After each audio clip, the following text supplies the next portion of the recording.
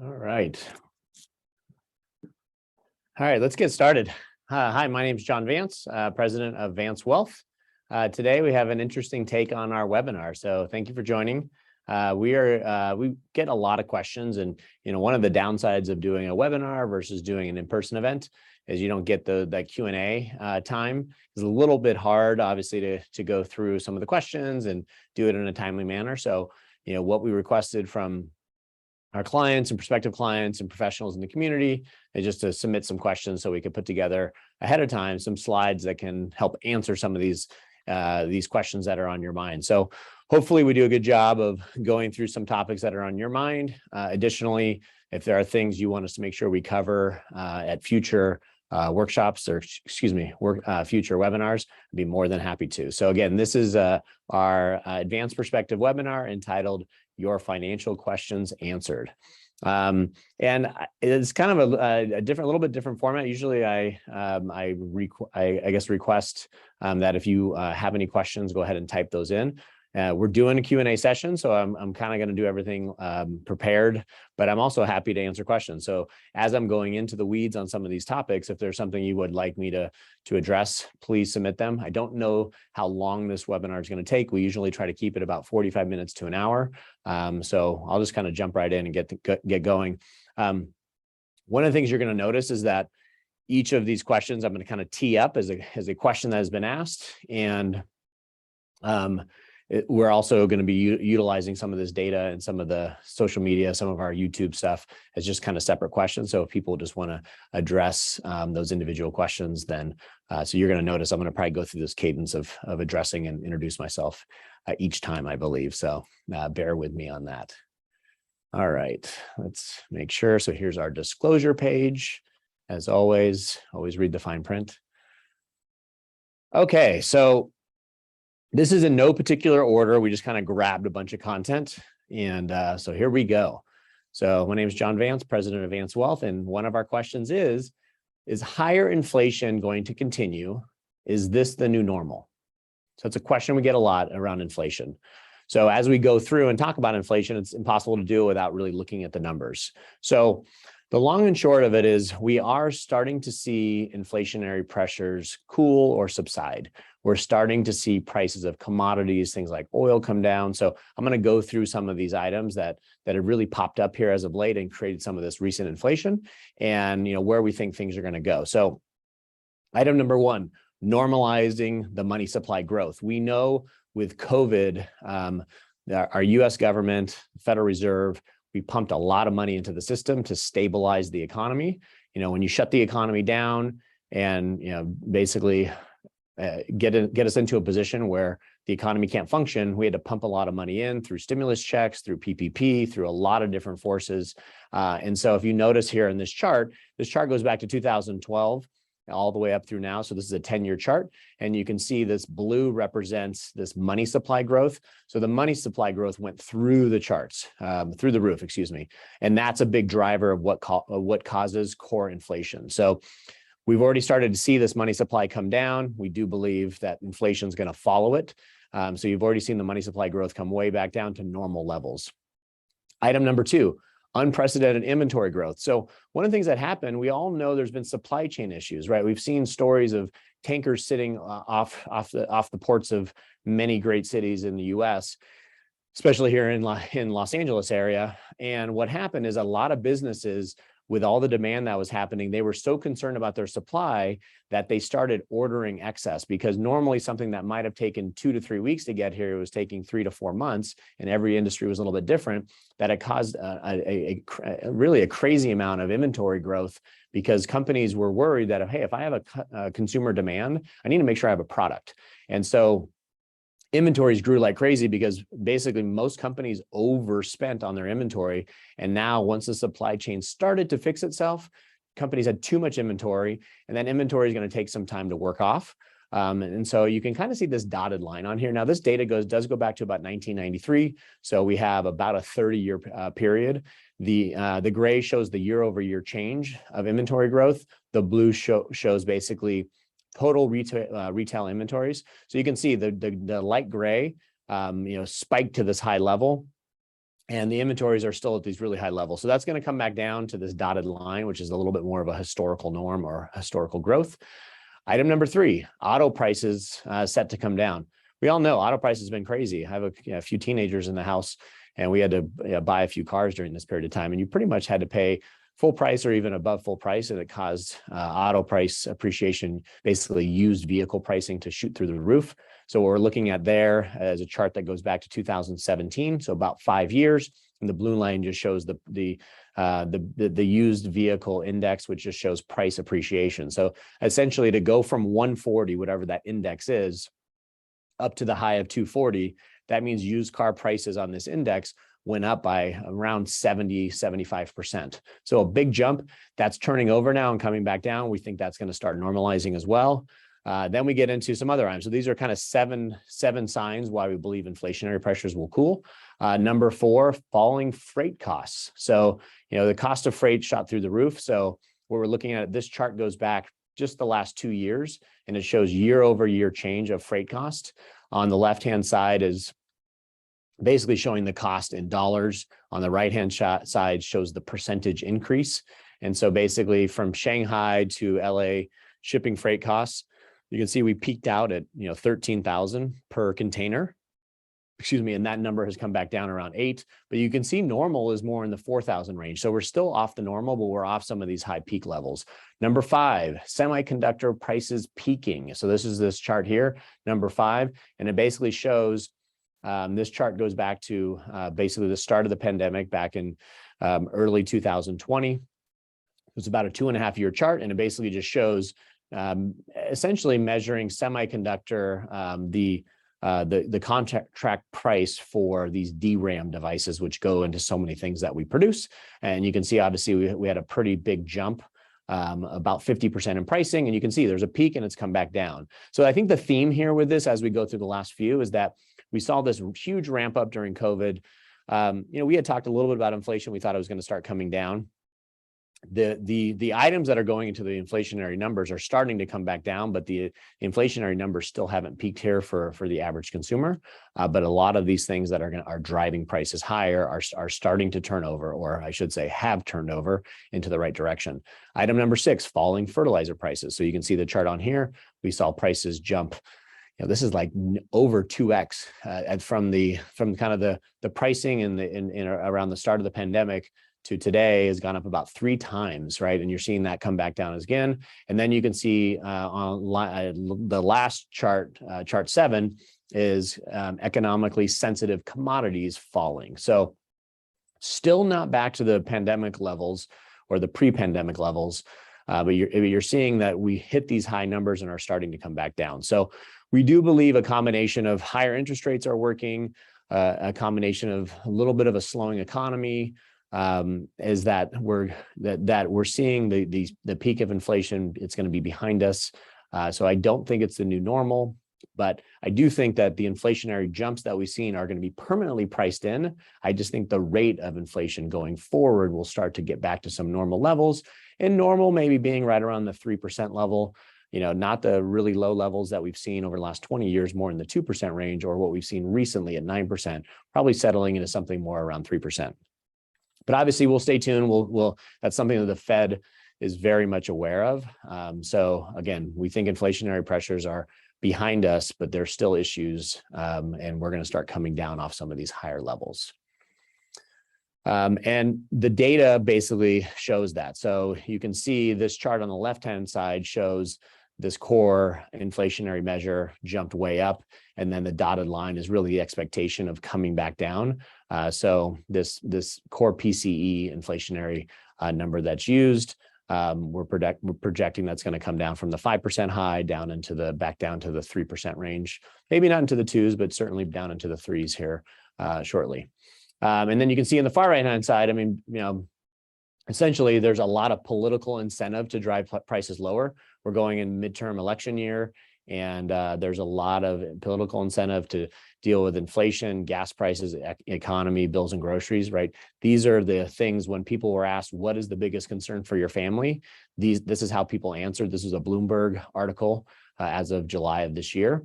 And you can see at the top of the list, it's all inflation related, economically related issues, right? So there is some incentive, and that's why I feel like our government, as well as the Fed, is focused on that.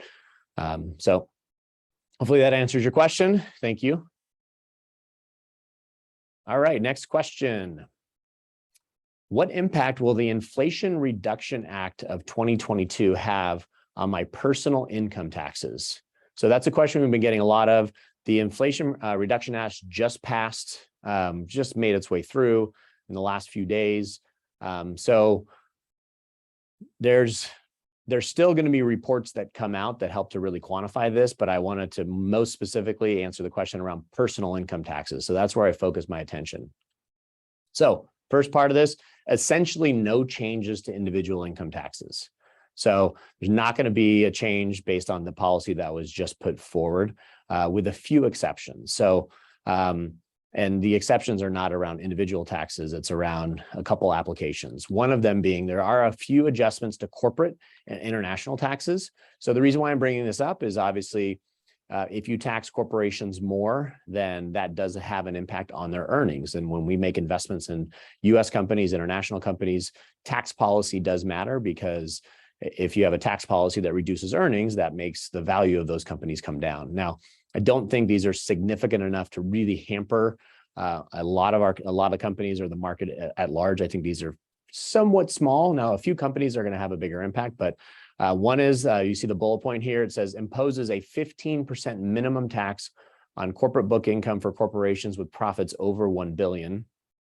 So this is going to affect the really large, big, profitable US companies. And so there is going to be some additional tax. And then the next bullet point is create a 1% excise tax, basically for stocks that are doing, purchasing their shares. So they're doing share repurchases. So they're just going to, because a share repurchase is when a company goes into the marketplace, buys their own shares with the cash on hand and retires those shares. And basically what that does is it takes the outstanding share count down, which can increase the value for existing shareholders. Well, they're able to do that tax-free right now. So they're going to charge a 1%. Again, 1% is not a big number. So not overly concerned about that. I don't know if it's necessary, but it is what it is. The one thing that I think is getting everyone a little bit up in arms is, and I think there's some good and bad to this, is basically that in this bill, which I think it's kind of funny that it's called the Inflation Reduction Act. I don't really see much in there that's inflation focused. So I know that's the topic of the day. So that's a good way to get Americans to get excited about this new bill. But I don't really know if I share that this is really an Inflation Reduction Act. But here's what we know is going to happen. There's going to be increased funding for the IRS. So one of the ways that you make sure that the government collects money is you enforce current law, right? So there is fear that because we have not budgeted properly for enforcement, for operation support, for taxpayer services, and for modernizing the IRS's business system, that they're falling behind and there are too many tax cheats, let's say, people who aren't paying their fair taxes. And so they are increasing that. So I know there's been a lot of hoopla about this. I mean, at the end of the day, like, I don't love new regulation, but I also feel like if we have policy in place and people should be paying the taxes that, based on the current code, we can fight whether the current code is accurate or right. Now, I don't want to have 87,000 IRS agents out there really trying to find fault with every business owner out there. This does add cost to every business, every person out there.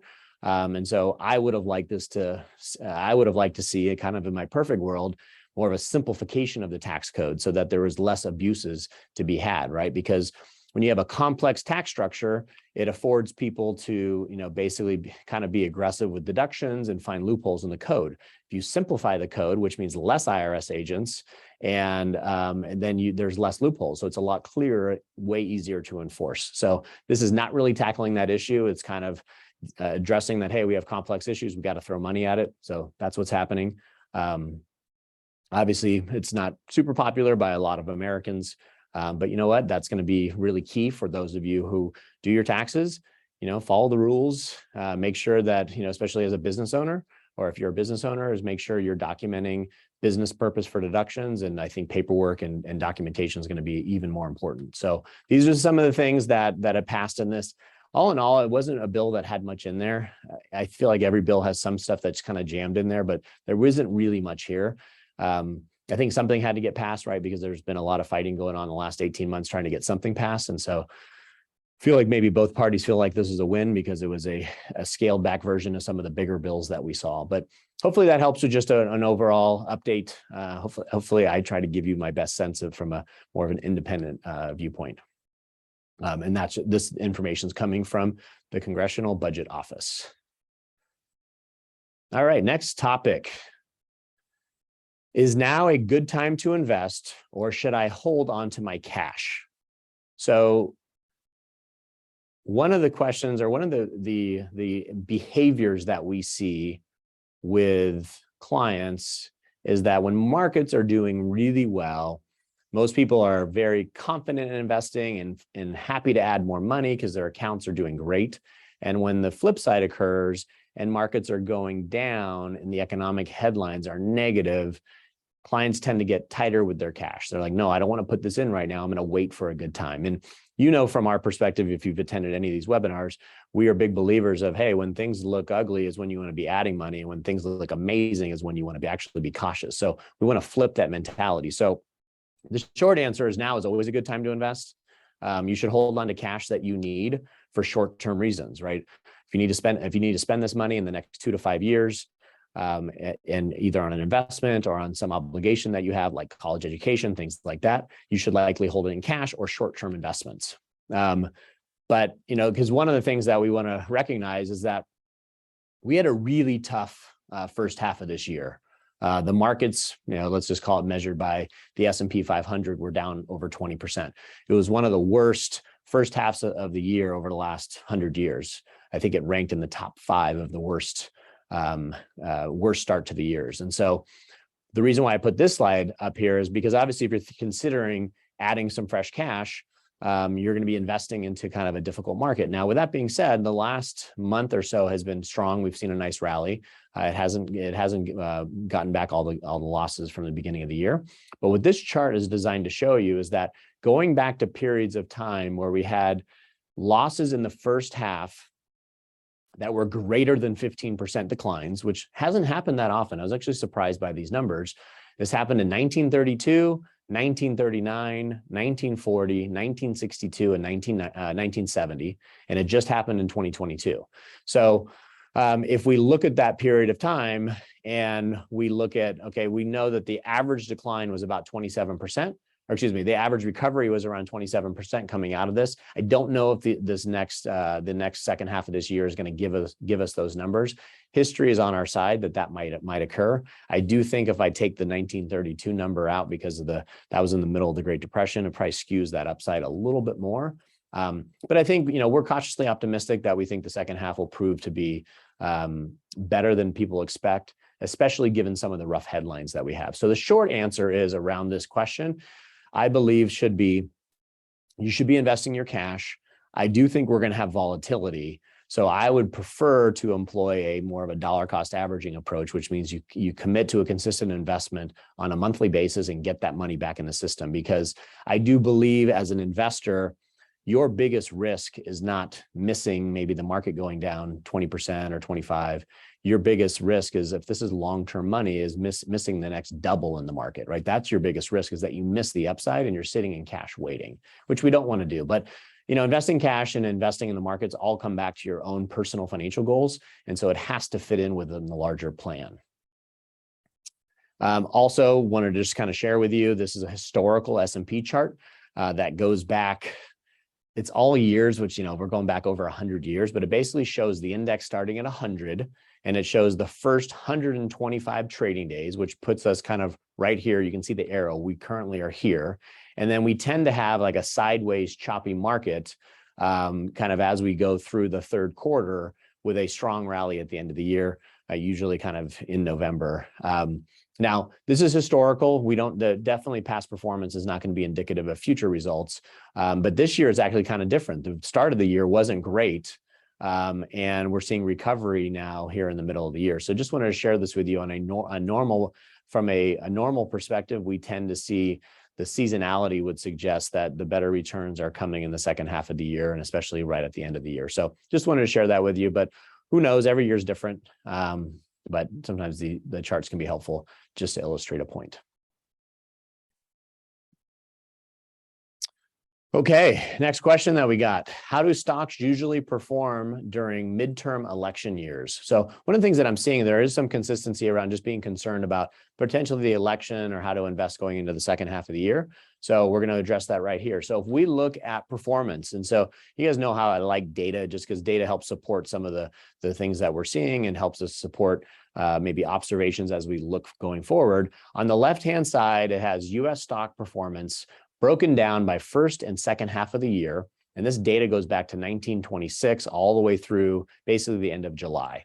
And we broke it into two categories. The first 6 months is in this orange color. The last 6 months, which is in yellow. So it shows that historically, when we look at all of the years combined, that the first 6 months, the average return on the S&P 500, I think actually it's not, yeah, it is the S&P 500.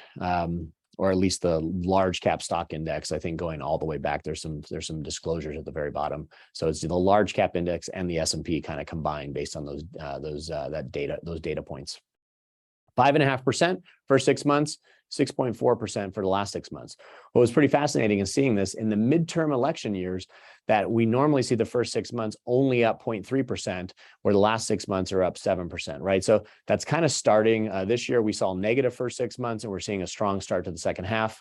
And then you can see kind of U.S. stock performance in midterm election years broken down by months. I mean, you guys know we're not that short-term focused. I just wanted to share this data with you, but you can see a lot of the performance tends to come closer to the end of the year as you start getting some resolution. Certainly November, December after the elections is where some of those numbers come in. So just thought it was interesting. You know, anytime we look at these charts, we know that past performance is not indicative of future results. So just keep that in mind. I just thought it was a helpful perspective to provide looking back at almost 100 years of data.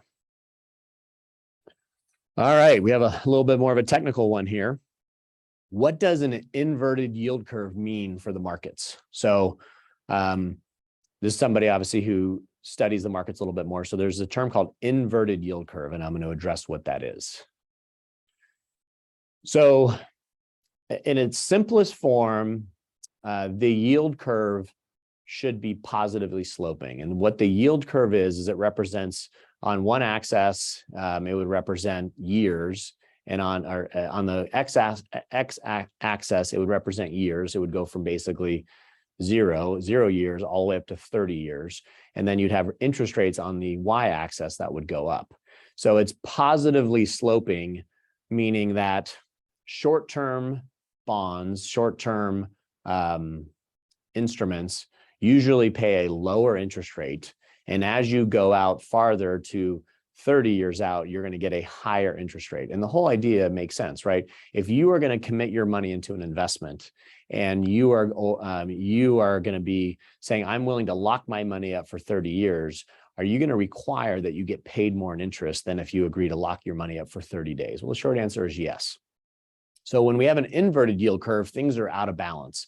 An inverted yield curve means that you actually have shorter term rates are higher than longer term. So what this chart shows on the left-hand side, this goes back to 1976, and it basically looks at 10-year treasuries, which are US government bonds, minus the 2-year treasuries. So if you notice on this chart, for the majority of the time, it spends time above that zero line, right? Zero is kind of baseline, which means they would equal each other.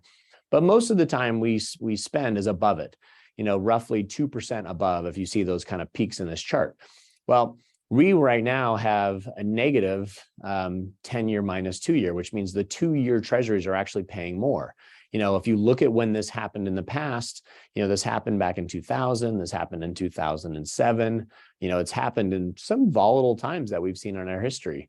So there is some concern for what does this then mean for markets on a go-forward basis. And so a lot of times you'll see headlines that say the inverted yield curve tells us that we're in a recession or going into a recession.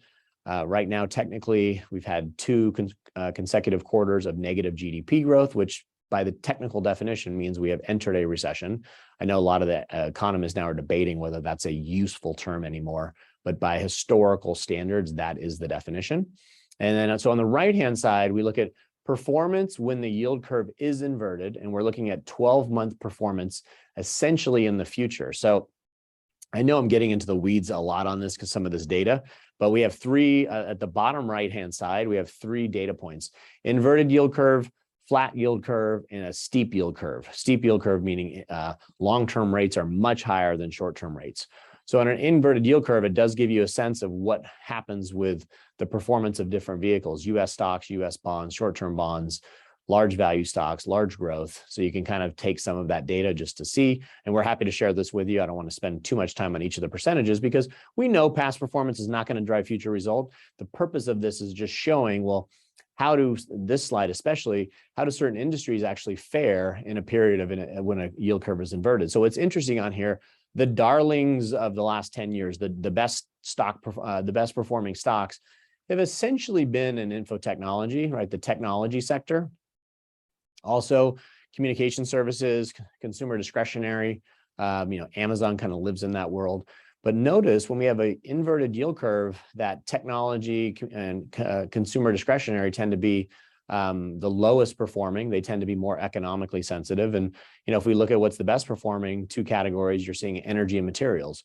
Energy, obviously, primarily being oil, natural gas, materials being mining, metals, gold, things like that. So pretty interesting to see that some of these, what we would deem as more defensive industries, do better in an inverted yield curve, and more growth focused industries do better or do worse in an inverted yield curve. And this data point's about the last, looks at the last like 30 years or so, back to 1989. So just wanted to share that with you. On the right-hand side, it just shows when the yield curve is inverted versus being flat versus being steep, and how different industries do. So again, I just thought it was an interesting perspective. As you know, we're broadly diversified in accounts, and that's something that we want to stick to because we know different types of industries thrive in different times, and we want to make sure we maintain balance in our allocation so that we can kind of ride through the ups and downs of the different market environments. All right, take a little water here and take a quick pause.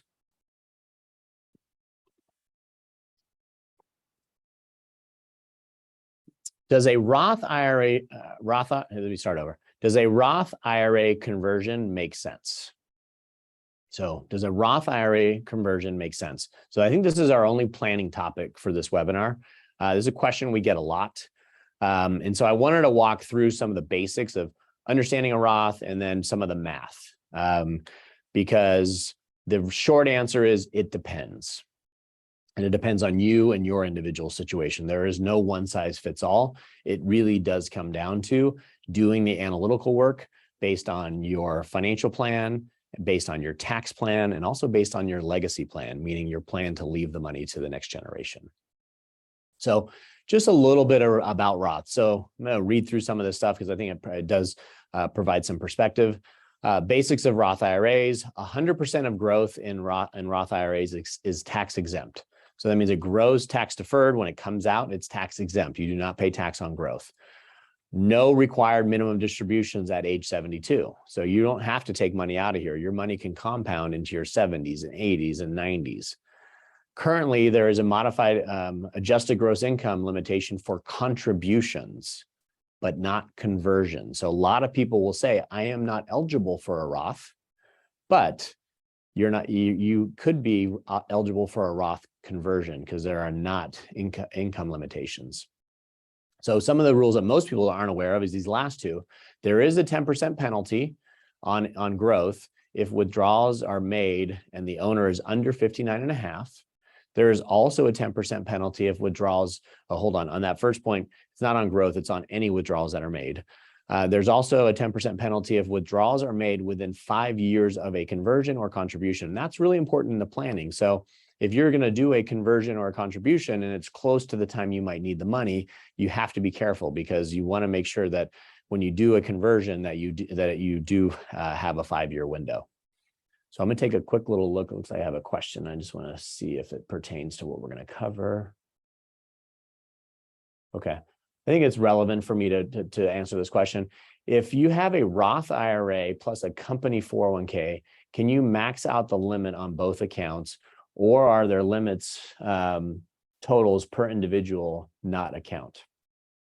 So So essentially, your 401k has limits. So this year in 2022, it's $20,500 for the 401k. If you're over age 50, then that's an additional $6,500 in a catch-up contribution, which is $27,000. So that is separate than the Roth. The Roth, if you are, I believe it's 6,000. I know they keep changing the numbers. I think it's still 6,000. It's 6,000 for a contribution to the Roth, and it's 7,000 if you're over age 50. So those are two separate issues. Now, the 401k, you essentially don't have any income restrictions. The Roth IRA, if you're single or married, there are rules around can you contribute based on income. So you can fund both, but so you have that ability to. However, there can be some restrictions given your individual situation. But the limits are essentially per individual, but also per account. But you are allowed to do both. This has nothing to do though with. It's a really good question, so I'm glad you brought it up. But it's not relevant from a perspective. Whoops, let me go back here. It's not relevant from the perspective of the decision on a Roth conversion, because just to be clear, you can make a 401k contribution, you can make a Roth IRA contribution, and you can also do a Roth IRA conversion. So these are all kind of mutually exclusive, and they have different outcomes, and they have different tax-related issues, and they have different limitations based on income. But they're all those are allowable. So literally, you can fund a Roth 401k, a Roth IRA, and do a Roth IRA conversion. So in terms of answering the question of who should consider a Roth conversion, let me just go through a couple of the high-level items. Person who will always be in the highest income bracket. So at some point, if you just live permanently in the highest income bracket, that's a happy problem to have. But generally, that means that you have some other challenges from a legacy perspective, meaning when you're going to leave money to your kids or the next generation, you're going to probably have some estate tax issues and some other income tax issues. So it could make sense to start moving money to the Roth so that they can compound tax-free for you and for the next generation. The next item is a person who will likely be subject to estate tax. So again, kind of comes back to this idea of you've built up a lot of assets, you have excess income, which means in excess assets, you're going to be in a position where you might be subject to the estate tax laws. Someone who is currently in a low tax bracket, so Roth IRA conversion is someone who is in a low tax bracket, but will likely be in a higher income tax bracket in retirement. Now, generally, we see that doesn't happen, right? The whole idea is while you're working, you're likely in a higher bracket. And then when you retire, you go into a lower bracket because you're not generating as much cash flow. So the one thing I would caution you on, that doesn't always have to be the case. We had people who worked less during COVID because of the industry that they were in. So they were artificially in a low tax bracket. So we used that opportunity to do a Roth conversion. We also know the tax codes are going to be changing with the sunset provisions as part of the Tax Cuts and Job Acts that were put in place during the Trump administration. They're set to sunset in 2026 without any congressional efforts at this point. And tax brackets are likely going to go up, right? So if you're in a 24% federal tax bracket now, in 3 or 4 years, you could possibly jump to a 33% tax bracket. So you want to be mindful of this. This is something that goes into the Roth IRA conversation, and the Roth IRA conversion conversation is really assessing where am I today? What's the likelihood of where I'm going to be in the future? The next item on here is someone who can pay the taxes with non-qualified funds. So it is really important. We're big believers of when you do a Roth conversion, and this is not 100% of the time, but this should be the standard that we want to try to achieve. When I do a conversion, let's say $100,000, I'm going to have tax owed on that. I want to pay the tax from outside sources, non-qualified sources, not from my IRA. It's better to pay it from cash, because then your money can grow and compound much faster in the Roth. If you pay it from the conversion assets, you have less money in your Roth account, which is not ideal.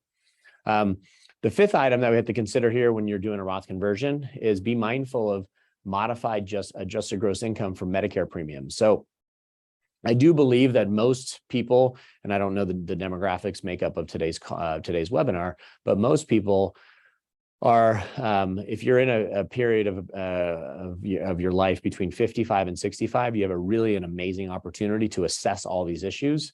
and make good decisions that can help mitigate tax liability later.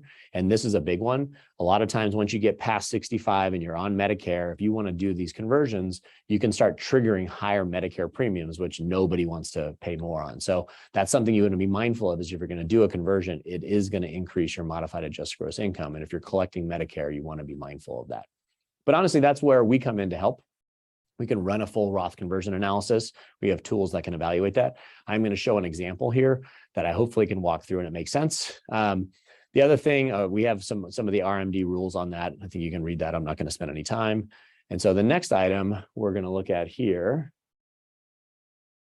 is some of the conversion stats.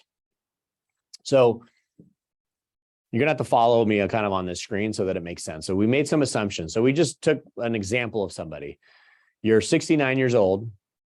Assume mortality, how long you're going to be here on this planet, till 92 years old. Your goal, or what we're forecasting here, is we're going to do $100,000 of Roth conversions, meaning moving $100,000 from your IRA to your Roth IRA over 3 years for a total of $300,000. We're going to assume you're in the 30% blended tax rate essentially forever, so over your whole life. And then we're going to assume that your investments are growing at a 5% annual rate of return. So we can change all the numbers. We can assume 3% return, we can assume 7% return, but we just use 5 as just kind of an average. So what I'm going to walk through is we're going to start with this color chart in the top left and then move down to the right. So what I basically broke this out into is the yellow, that we have a total line that says with conversion. So in order to do a conversion, you have to have a taxable account and an IRA, right? And then, so you can see before conversion, you have 100,000. And I did this on a smaller scale just to illustrate the purpose of this. You know, this is obviously a small part of most people's overall asset base and net worth. But if you have 100,000 in a taxable account, bank account, you know, something that's liquid, and 300,000 in an IRA, and you have $0 in a Roth IRA. Our IRA is Roth IRA, and that's before the conversion. So the total assets you have is 400,000. Now, just below that in purple says now I have an IRA balance and a taxable account balance, and the total, which is in an orange color, is 400,000. It's the same scenario, right? This is before conversion. We haven't done anything yet. Now we're going to look at, okay, what do the accounts look like after the conversion? And remember, this is where the assumptions come into play. So basically, the 33% blended tax rate means that on your taxable account, you basically, that 100,000 after the conversion goes to zero because you used up all of that money to pay tax. Your IRA is now worth zero because you converted the 100,000 each year, and your Roth IRA is worth roughly 347,000. And that's because you've had some growth on the conversion assets. If we look down into the purple lines, it shows, okay, well, after this is the sample if I didn't do the conversion. What if I didn't do the conversion, just left it? Your IRA would have 347,000 and your taxable account would have grown to 115.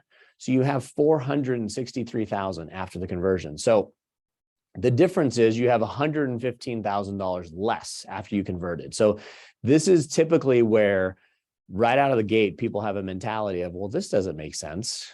If I have 400,000 before, and then after the conversion, I have significantly less, you know, this illustrates here that you'd have $115,000 or less. So just using simple math of how it impacts me in the next 3 years, the math's never going to look in your favor, because when you do these Roth conversions, we're looking at how do I save taxes over my lifetime, and also maybe saving taxes into the next legacy for my kids and grandkids.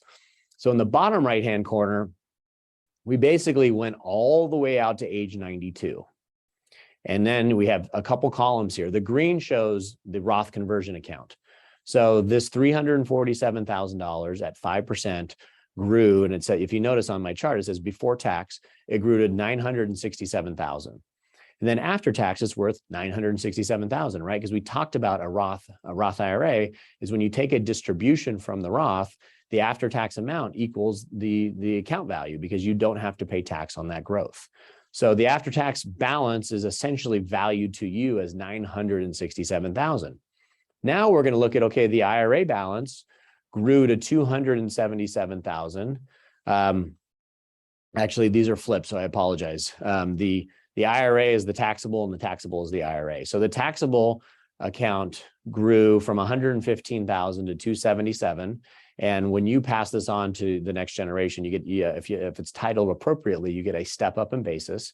So you can see the after-tax amount is $277. The IRA grew to $800,000, but after you pay 33% in tax, it's only worth $536,000. So the sum of all of this, and maybe that's going to make it the most simple, is in the bottom line. It says the difference between the Roth IRA and the IRA. Before tax, you still have $110,000 more in your IRA and taxable account. And I think that's why people will initially not want to do the conversion, because they're saying, well, I have more money if I just leave it in the IRA and the taxable account. But the reality is, once you take the tax out and pay the IRS and the California Franchise Tax Board, if you're in California, you're going to have $153,000 more. So that's where the significant comes in, is proper planning. I made some assumptions that were very linear, which means they didn't change. The reality is, with all of us as investors and human beings, like, our assumptions change, and rates of return change, tax rates change, mortality is different for everyone. So this was just, hopefully, know a lot of numbers, but a simple example around this idea of doing a Roth conversion. I would recommend work with your advisor, your accountant, some professional that can help run these numbers. There probably are some calculators that you can use online as well if you prefer that route. But if you're going to do a Roth conversion, be very thoughtful about it. Don't just say, oh, this sounds like a great idea and I'll just do it. Like, how do we decide what amount to do, whether it's 50,000 or 100,000? That's a very thoughtful process you want to go through, because you don't want to overpay tax. You want to make sure when you do this that the outcome is this green box in the bottom right-hand corner, that for you and for your family, this was a better decision long-term. So hopefully that was helpful on the Roth conversion example. Thanks for asking that question, because that was a great planning question. And with that, we are wrapped up. So a couple quick things before you leave, before you jump off. If you are a prospective client, you'd like to have a consultation with one of our advisors, you can scan the QR code or visit our site, advancewealth.com/book an appointment. You can see that on here. You can go onto our website as well, and you can get access to scheduling an appointment with an advisor. And then next, this is always a hotly attended workshop. People do enjoy this tax planning. I don't know why you all love the tax planning workshop, but because I get into the weeds on tax planning. But our next webinar is the Advanced Perspective webinar on year-end tax planning. That's going to be September 20th at 4:30. And again, it'll be recorded as always. As part of our follow-up from our workshop today, we'll be sending you out the PowerPoint slides and also, I believe, the video. So please share, especially if we put some of this on social media. If you have anyone in your life that's important to you that you think might benefit from some of these topics, please feel free to share. Otherwise, thank you so much and have a great evening.